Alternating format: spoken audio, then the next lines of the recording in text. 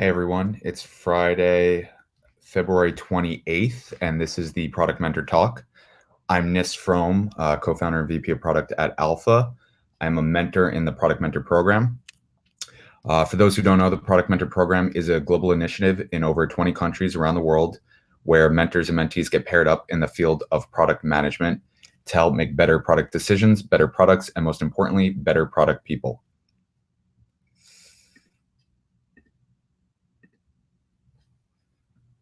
To learn more about the program, you can go to theproductmentor.com.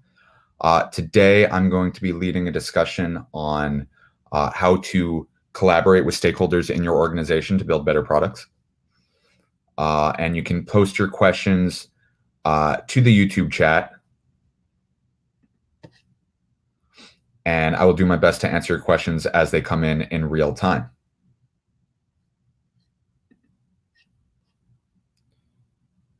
Okay.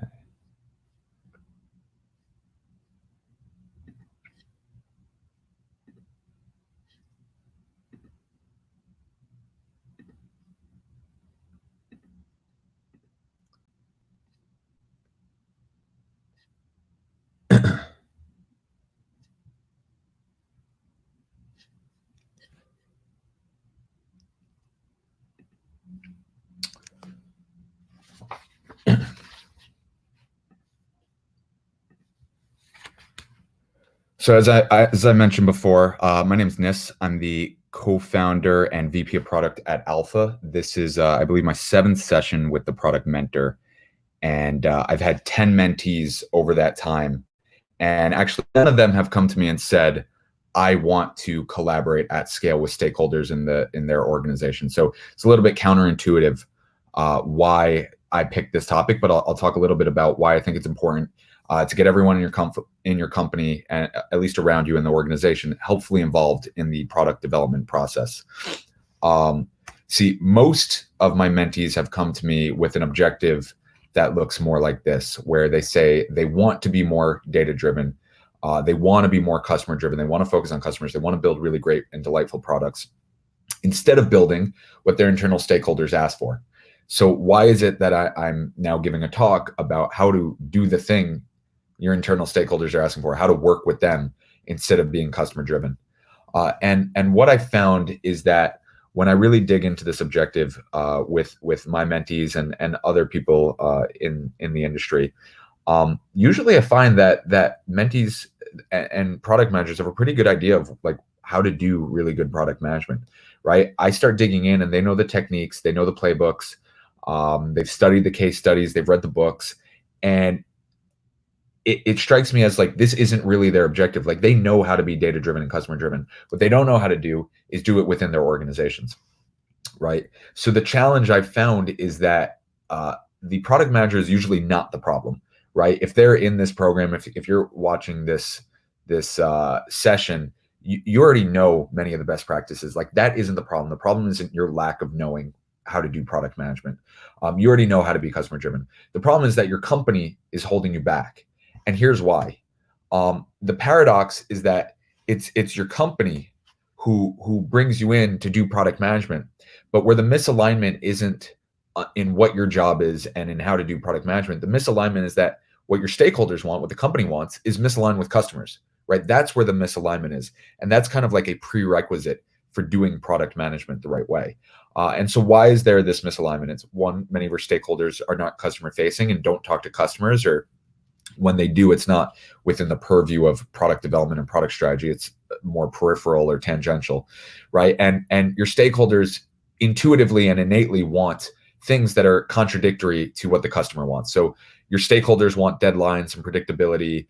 They see what the competition is doing and they have envy and they want to do that as well. They want things that demo well. They want good margins and lagging indicators.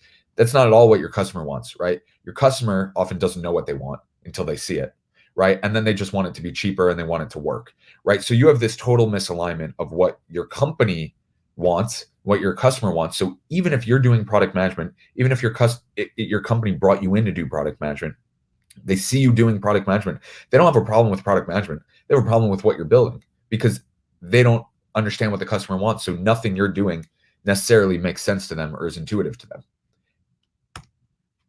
So the mistakes that I've seen with mentees over the years is that they think the problem is that their coworkers don't understand product management. So they share product management and best practices with their coworkers when, as I just described, that's not really the core issue, right? Then they plead to senior leadership, but again, that's not really the core issue. Senior leadership doesn't have a problem with you doing product management. They just don't understand the customer. So they see you doing product management and they just assume it's the wrong way because it doesn't align with the things they think the customer needs, right? Or you give up and do waterfall and you just work the way you think they want. That also doesn't help, as I just described. And then I think one of the most common and probably worst mistakes is to assume that startups naturally do this stuff better and startups are naturally more aligned with customers, when in reality, there's probably even fewer checks and balances on the system in a startup. And startups are sometimes more often aligned with how to raise capital than they are with being customer driven. And so you just have a different set of misalignment than you do in a larger organization. So this is what I recommend product managers do. The solution isn't to advocate for product management, right? It's to get your stakeholders internally to work with them to get them aligned with customers so that you can do product management, right? I call this the game of product management, right? And it's about giving stakeholders the perception that you're doing things their way, while slowly getting them to understand that there's a better way to do things, right? And so that's right. It's a game. I don't often use GIFs, but I'm a big fan of Succession. I've really wanted to use this specific GIF and finally had the opportunity. So it's a game, right? This motion of getting your stakeholders to understand and see their misalignment with customers. I wish it wasn't this way. Like in an ideal world, and hopefully in the next few years, people will be more aware of the situation, and organizations overall will shift to being more customer centric, and we won't have to play this game. But for the time being, it's really important to not just tread water, but to really shift the way stakeholders work, not avoid them, not work around them, but actually shift their understanding of the customer so you can do product management the right way. So I think this is important to get them to sacrifice predictability for customer centricity, but we're not there yet where they're already doing this. So it's important to play this game, and to emphasize, you're not educating them about product management in this game as much as you are emphasizing the customer and educating them about customer preferences. I think that's really a prerequisite to product management. And one of the issues and one of the reasons product managers struggle so much is they don't realize they have to do this prerequisite before they can do product management. So really, just to reillustrate, there's this misalignment between what stakeholders want and what customers want. It's not about stakeholders not understanding product management. It's about stakeholders not understanding the customer, right? So if you can drive unhelpful collaboration, you can eventually lead to helpful collaboration, right? It's about having stakeholders understand what customers want, which is as much them realizing what it is customers don't want, right? And I recommend doing this by engaging stakeholders where they currently are. Get them to essentially see the folly in their ways and the potential of doing things a different way. Right now, what I find is that product managers avoid these unhelpful stakeholders and avoid unhelpful collaboration. They're essentially shielding stakeholders from being exposed to their own mistakes, right? If you have stakeholders submitting bad ideas or bad product ideas or bad processes, you're avoiding them seeing how unhelpful they're being, right? And it's really important to get them to see how their process and their ways aren't helpful, that they're not aligned with customers, see a better way of doing things, and that will lead to an aspirational form of product management where you can actually do product management. You're out of the game and you're into doing actual product management. So what does this look like in practice? So I think it begins in essentially like a comical way where you're doing things basically the wrong way on purpose. And this can take an entire quarter to really play out, right? But it's important because it is the foundation for getting to a helpful form of collaboration, as I've alluded to. So the purpose here isn't really to do great product management or to even service customers. It's to change mindsets internally and behaviors of stakeholders around you as a prerequisite so you can do product management. Of course, you want to mitigate the risk. You want to put some guardrails around this kind of V1, but essentially you're going out of the way to seek unhelpful feedback. you're rotating through frivolous paper cuts that stakeholders think are really, really important and going to make a big difference to customers. You're actually moving those forward to product development. Stakeholders are often very obsessed with competitor products and solutions, and they always assume competitors are doing right. So use your personal email and get accounts on competitor websites if you can, and show them that like competitor solutions, you can get access to them, and that they're often either not very different or they're not much better. And then commit to deadlines and roadmaps, and show that you are committing to a predictable workflow and a predictable way of doing things, because your stakeholders often want deadlines, right? And so they have all these, basically, as I've said, kind of unhelpful ideas that you've been shielding them from seeing. But what's really important is do it. Let them see what happens when you do things this way. And then what happens over a few months is that you actually now have data, and you actually can demonstrate that these paper cuts and these grand ideas and these predictable timelines, they don't really solve the problems. They don't really solve customer problems. They don't help your company move in the right direction.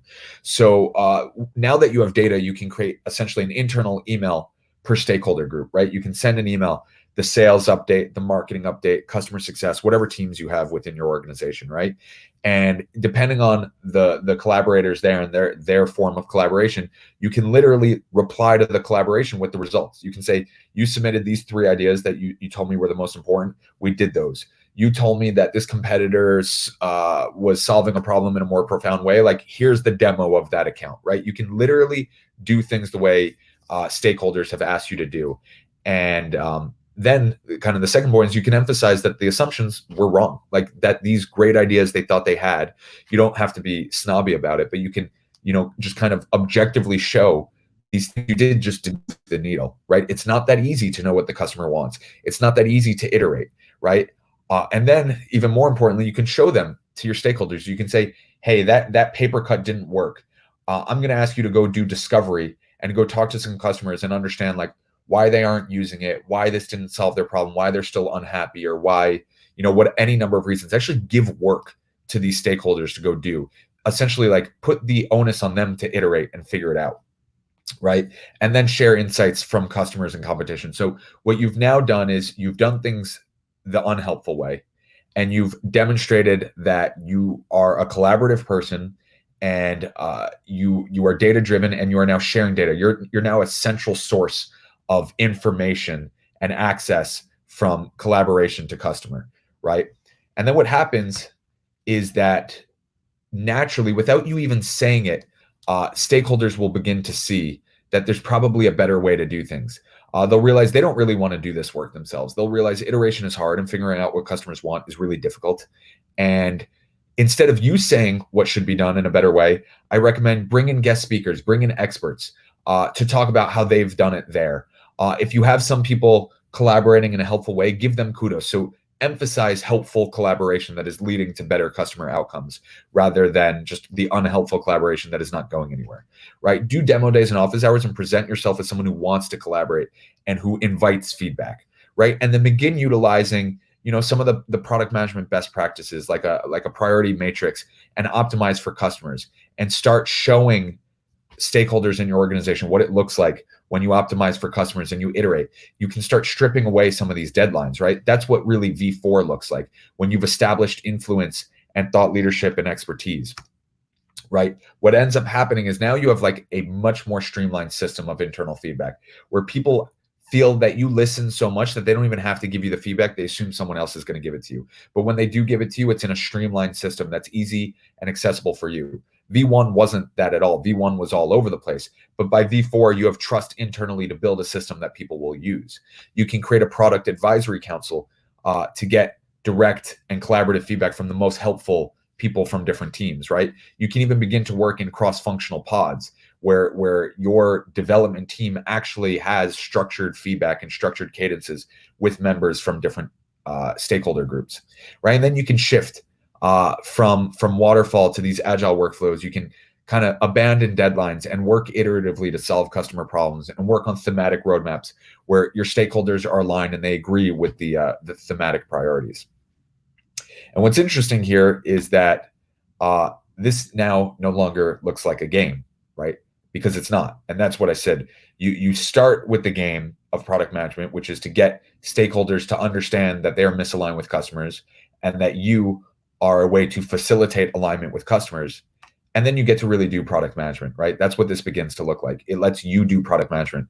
But really the point here is that this is a prerequisite for doing product management. And it's something I think a lot of first-time product managers struggle with, is realizing that their problem isn't them. It's not that you don't know how to do product management. It's that your organization is misaligned with customers, so they wouldn't recognize if you are doing good or bad product management in the first place.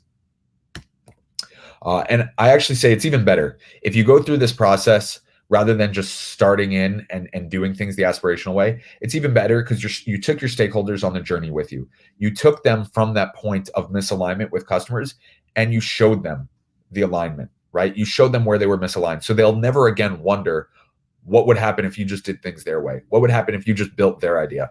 What would happen if you just gave deadlines, right? They saw exactly what happened when you did that. They saw how it didn't work out, right? You took them on this journey. So they now distinctly understand the differences between waterfall and agile. And they understand the trade-offs with technical lift. They were involved in that process. They were involved in seeing how just adding a simple button isn't always one day of work. It can drag on for weeks, and there's QA, and they got way deeper into the trenches than they ever want to. And they're now, they feel bought in. They feel like this new strategy is theirs, not yours. You didn't tell them to do aspirational product management. They kind of brought themselves and followed that path to that solution along with you, and they don't feel like it was shoved down their throats. So just to recap, really the game of product management is getting stakeholders to get exposed to the fact that they aren't aligned with customers, to show them what alignment with customers looks like as a prerequisite for you to be able to do aspirational product management. So I'm going to look and see, we've got some questions here. Okay, yeah, so that's interesting. I guess that is a my world term. So there's a question from Hannah McKenzie Margelis, who says, I haven't heard the term paper cut before. What do I mean? So by paper cut, I just meant like a simple or obvious fix. It's kind of like a paper cut, like you need a Band-Aid for it. Customers are complaining about it. It's not like an epic. It's not a story. It's just a minor adjustment to the product. Oftentimes in many environments, stakeholders will come to you and say, why don't we just do this one thing? And you know that it doesn't matter. Customers either barely use that feature or are fine using it. There's higher priorities. It's not so much, I should say, that it doesn't matter as much as other things just matter more. And it's this minor thing isn't a priority. So in the V1, you focus on some of these minor things. It's basically doing favors for stakeholders to show them that even once you do it, it doesn't have the impact that they think it's going to have. A question from Ethan: how long does it take to go from V1 to V4? That's a really good question. I'm going to share my screen again here. I think it's probably different at every organization. I mentioned that V1 can take a month. I think this is the longest one, right? This beginning where you are doing things kind of the unhelpful way. It can take a little while because you need to generate data. Like that's the key point here. You have to generate data to expose this, right? This is the key part. When they realize that all the things they want don't actually work, you now have an opportunity to show what does work. That can take 2 to 3 months, right? It's a quarter. But to be fair, I find that most product managers probably struggle for up to a year before they realize that they're just not going to be allowed to do product management the way they want to do it. And they don't realize why. So if you come in and you know immediately, like, this is why, this misalignment is why you're not able to do product management. Spending just 1 quarter on getting stakeholders to see that their way of doing things won't lead to better outcomes, it's actually not a lot of time, right? And then V2 and V3, like, these can happen in a matter of weeks, right? In a matter of weeks, people will realize that their way of doing things, you've got the data, they'll realize it's not helpful, and they'll realize that you can be an influential person to collaborate with and get alignment, because they'll come to you and say, okay, well, if that didn't work, where do we go from here, right? And you can begin to bring in guest speakers and begin to emphasize where to go from here, what works and what doesn't work. You can start introducing systems in place that work. So this entire V2 and V3 can happen in the course of a month or two, right? And then V4 is an everlasting and a never-ending iterative approach to being customer-driven, agile, kind of whatever buzzword you want to use. V4 is just indefinite, working. So I think V1 to V4, depending on the organization size, could be anywhere from 3 to 6 months, which, during a ramp up period, if I think most product managers who are struggling in their environment, not really getting to be customer driven or data driven, if they knew that in 3 to 6 months, they could get to a much more aspirational product management process, I think many would take that trade.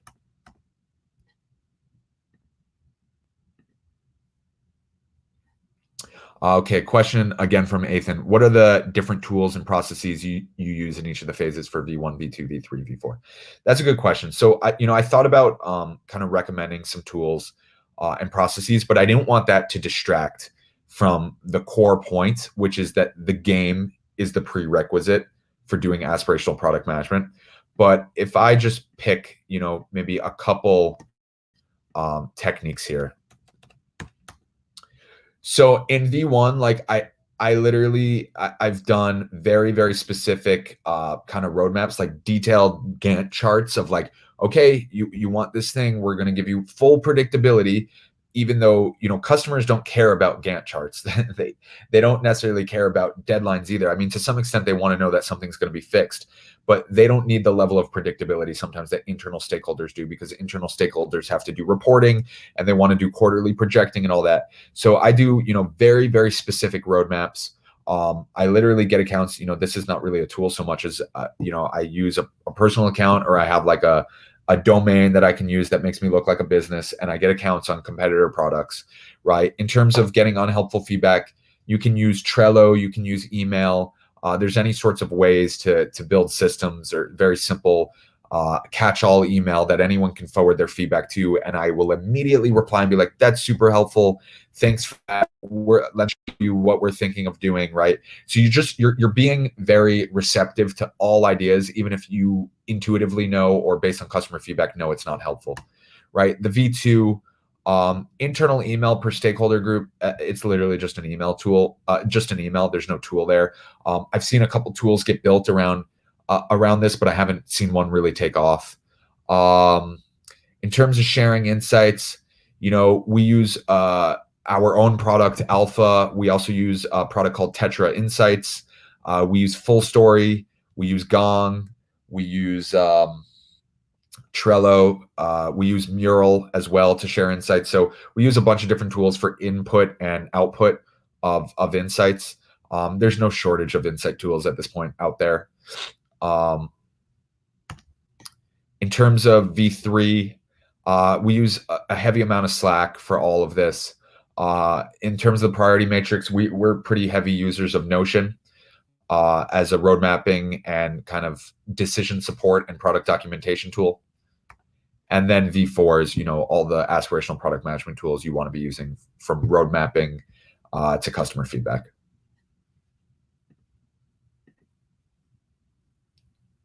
Cool.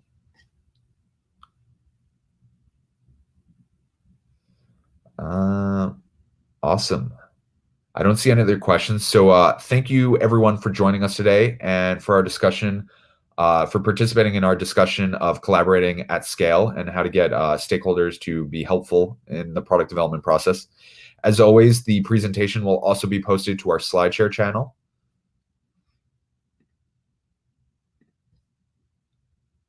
And don't forget, if you're interested in being a product mentor just like me, to product people of all sorts all around the world, visit theproductmentor.com and sign up today. This is also new to me. You can follow us on Instagram at Product People. That's pretty cool. And if you are looking to fill a new product job with a great product person, visit our very own free-for-all job board at theproductjobs.com.